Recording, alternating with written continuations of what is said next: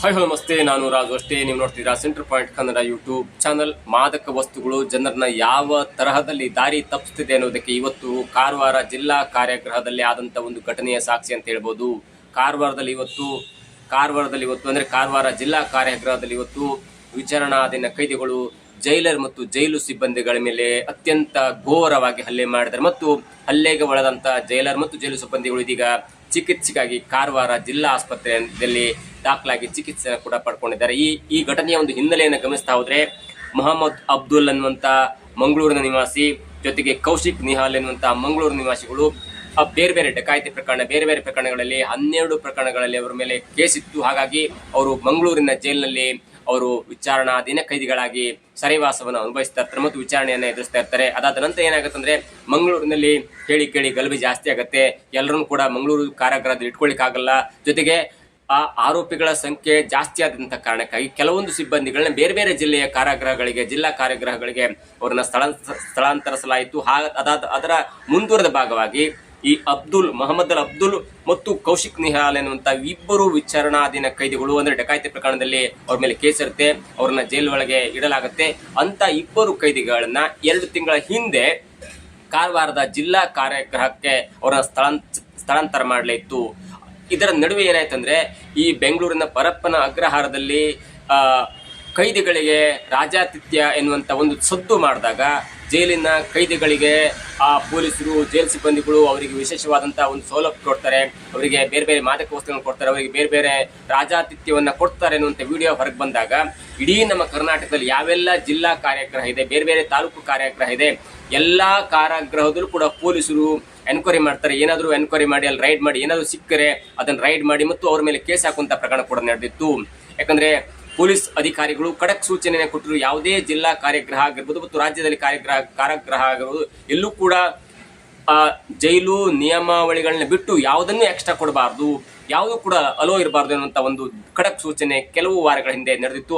ಅದರ ಮುಂದುವರೆದ ಭಾಗವಾಗಿ ಕಾರವಾರ ಜಿಲ್ಲಾ ಕಾರಾಗೃಹವೂ ಕೂಡ ಪೊಲೀಸ್ ಅಧಿಕಾರಿಗಳು ಭೇಟಿಯನ್ನು ಕೊಟ್ಟು, SP ಅವರ ನೇತೃತ್ವ ಭೇಟಿಯನ್ನು ಕೊಟ್ಟು ಅಲ್ಲಿ ಸಂಶೋಧನೆ ಅಥವಾ ಅಲ್ಲಿ ಒಂದು ಶೋಧನೆ ನಡೆಸಿದಾಗ ಕೆಲವೊಂದು ಬೆಂಕಿಪಟ್ಟಣ, ಬೀಡಿ ಮತ್ತು ಕೆಲವೊಂದು ಮಾದಕ ವಸ್ತುಗಳ ಪಟ್ಟಣ ಕೂಡ ಅಲ್ಲಿ ಇತ್ತು.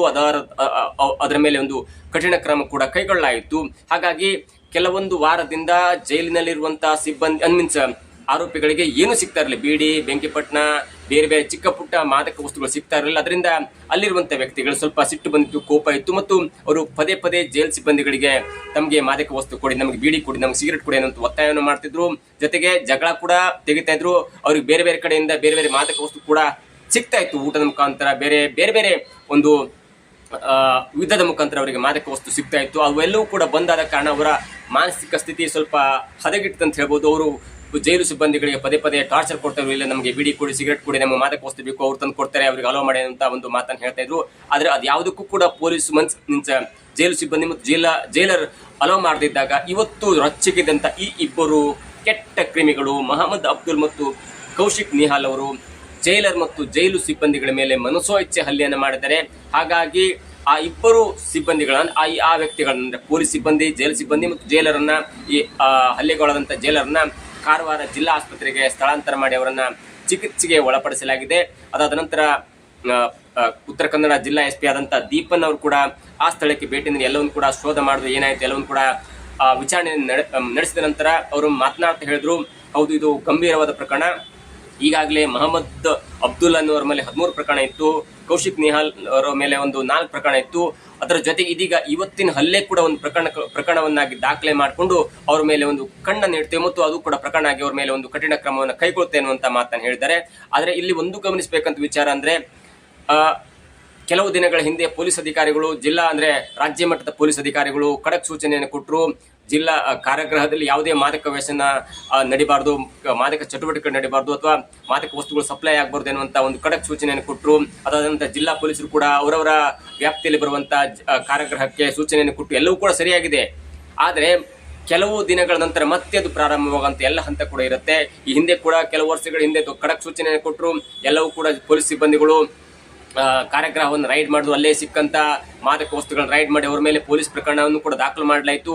ಅದಾದ ನಂತರ ಎಲ್ಲವೂ ಮರೆತೋಯ್ತು. ಅದಕ್ಕಿಂತ ಜಾಸ್ತಿ ಮಾದಕ ವಸ್ತುಗಳು ಕಾರಾಗೃಹಕ್ಕೆ ಸಪ್ಲೈ ಆಗುವಂತ ಹಂತಕ್ಕೆ ಬಂದ್ಬಿಡುದು. ಅದಾದ ನಂತರ ಮತ್ತೆ ಈ ಪ್ರಕರಣ ಆಗುತ್ತೆ. ಹೀಗಾಗಿ ಈ ಮಾದಕ ವಸ್ತುಗಳು ಹೇಗೆ ಸಪ್ಲೈ ಆಗುತ್ತೆ, ಯಾರನ್ನ ಸಪ್ಲೈ ಆಗುತ್ತೆ? ಮೊನ್ನೆ ಕೂಡ ಬಾಳೆ ದಿಂಡಿನ ಒಳಗಡೆ ಅದನ್ನ ತೂತ್ ಮಾಡಿ ಅದರ ಒಳಗಡೆ ಮಾದಕ ವಸ್ತುಗಳನ್ನ ಹಾಕಿ ಅದಾದ ನಂತರ ಅದನ್ನ ಸಪ್ಲೈ ಮಾಡುವಂತ ಬಾಳೆಹಣ್ಣಿನ ಗೊನೆಯ ಮುಖಾಂತರ ಸಪ್ಲೈ ಮಾಡುವಂತ ಒಂದು ಕೆಟ್ಟ ರೂಢಿ ಕೂಡ ಇತ್ತು. ಮತ್ತು ಅದನ್ನು ಕೂಡ ಪೊಲೀಸ್ ಸಿಬ್ಬಂದಿಗಳು ಅಥವಾ ಜೈಲ್ ಸಿಬ್ಬಂದಿಗಳು ಭೇದಿಸಿದ್ದಾರೆ. ಹೀಗೆ ಪೊಲೀಸ್ ಸಿಬ್ಬಂದಿಗಳು, ಜೈಲ್ ಸಿಬ್ಬಂದಿಗಳು ಇದರ ಮೇಲೆ ಒಂದು ಕಠಿಣ ಕಣ್ಣನ್ನು ಇಟ್ಟರೆ, ಒಂದು ನಿಗಾಯನ್ನಿಟ್ಟರೆ, ಜೈಲಿನ ಒಳಗಡೆ ಮಾದಕ ವಸ್ತುಗಳು ಸಪ್ಲೈ ಆಗದೇ ಇದ್ದ ಹಾಗೆ ನೋಡ್ಕೊಂಡ್ರೆ ಇಂಥ ಪ್ರಕರಣಗಳಾಗಲ್ಲ. ಯಾಕಂದ್ರೆ ಈ ಚಟ ಅನ್ನೋದು ಭಾರಿ ಕೆಟ್ಟ ಚಟ ಇರುತ್ತೆ. ಒಂದ್ಸಲ ಚಟ ಹಿಡಿದ ನಂತರ ಅದು ಬಿಡಿಸ್ಲಿಕ್ಕೆ ಕಷ್ಟ ಆಗುತ್ತೆ. ಜೊತೆಗೆ ಜೈಲಿನಲ್ಲಿ ಇದ್ಕೊಂಡೆ ನಾವು ಮಾದಕ ವಸ್ತುಗಳನ್ನ ಸೇವನೆ ಮಾಡ್ತಾ ಇದ್ರೆ ಅದು ಕೂಡ ರೂಢಿ ಆಗುತ್ತೆ. ಅದಾದ ನಂತರ ಅದನ್ನು ತಪ್ಪಿಸ್ಬಿಟ್ಟು ಸಡನ್ ಆಗಿ ಅವರು ಕೂಡ ಮಾನಸಿಕ ಅಸ್ವಸ್ಥತೆ ಆಗುತ್ತೆ. ಹಾಗಾಗಿ ಮೊದಲ ಹಂತವಾಗಿ ಒಂದು ವ್ಯಕ್ತಿ ಆರೋಪಿ ಆಗಿರ್ಬೋದು ಅಥವಾ ವಿಚಾರಣಾಧೀನ ಕೈದಿ ಆಗಿರ್ಬೋದು, ಆ ಆರೋಪಿ ಅಥವಾ ವಿಚಾರಣಾಧೀನ ಕೈದಿ ಒಂದು ಜೈಲಿಗೆ ಹೋದಾಗ ಅವನಿಗೆ ಯಾವುದೇ ಒಂದು ಈ ಮಾದಕ ವಸ್ತುಗಳು, ಬೀಡಿ, ಬೆಂಕಿಪಟ್ಟಣ ಅಥವಾ ಬೇರೆ ಬೇರೆ ಮಾದಕ ವಸ್ತುಗಳು ಸಿಗ್ಲಿಲ್ಲ ಅಂದ್ರೆ ಅವನ ಮನಸ್ಥಿತಿ ಇಲ್ಲ ನನಗೆ ಸಿಗಲ್ಲ ಎನ್ನುವಂತ ಒಂದು ಸ್ಥಿತಿ ಬರುತ್ತೆ ಮತ್ತು ಅದಕ್ಕೆ ಹೊಂದ್ಕೊಳ್ತಾನೆ. ಒಂದು ಸಲ ಸಿಕ್ಕ ನಂತರ ಅದನ್ನ ಸಡನ್ ಆಗಿ ತಪ್ಪಿಸಿದ್ರೆ ಅವನ ಮಾನಸಿಕ ಸ್ಥಿತಿ, ಮೊದಲೇ ಅವನ ಮಾನಸಿಕ ಸ್ಥಿತಿ ಸರಿ ಇರಲಿಲ್ಲ ಅನ್ನುವಂಥ ಕಾರಣಕ್ಕೆ ಕೆಟ್ಟ ಕೆಲಸ ಮಾಡಿರ್ತಾನೆ. ಅದಾದ ನಂತರ ಅವನು ಜೈಲಿಗೆ ಸೇರಿಸಿದ ನಂತರ ಒಂದ್ಸಲ ಅವನ ಮೈಂಡಿಗೆ ಸೇರಿಸಬೇಕು, ಇಲ್ಲಿ ಯಾವುದೇ ಒಂದು ಮಾದಕ ವಸ್ತುಗಳು ಸಿಗಲ್ಲ ಎನ್ನುವಂತ ಒಂದು ಮೈಂಡ್ ಸೆಟ್ಗೆ ಅವನನ್ನ ತಂದ್ರೆ ಆಗ ಅವನು ಒಂದು ಮನಪರಿವರ್ತನೆ ಎಲ್ಲ ಆಗತ್ತೆ. ಅಂತ ಮನಪರಿವರ್ತನೆ ಆಗುವಂತ ಕೇಂದ್ರದಲ್ಲಿ ಪದೇ ಅವನಿಗೆ ಮಾದಕ ವಸ್ತುಗಳು ಸಿಕ್ಕರೆ ಅದಕ್ಕೆ ಮತ್ತೆ ಅಡಿಕ್ಟ್ ಆಗ್ತಾನೆ. ಒಂದು ಸಲ ಅದನ್ನು ತಪ್ಪಿದ ತಕ್ಷಣ ಮತ್ತೆ ಅವನು ರೊಚ್ಚಿಗೆದ್ದು ಪೊಲೀಸರ ಹತ್ರ ಬೇಡಿಕೆ ಇಡ್ತಾನೆ ಅಥವಾ ಸಿಬ್ಬಂದಿಗಳ ಹತ್ರ ಬೇಡಿಕೆ ಇಡ್ತಾನೆ.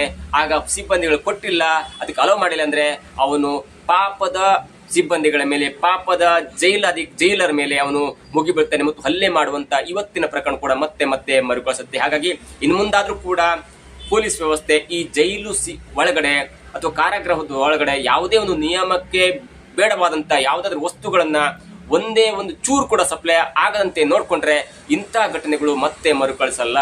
ಇದಾಗುತ್ತೆ ಇವತ್ತಿನ ವಿಶೇಷ. ನೋಡ್ತಾ ಇರಿ centre point Kannada YouTube channel.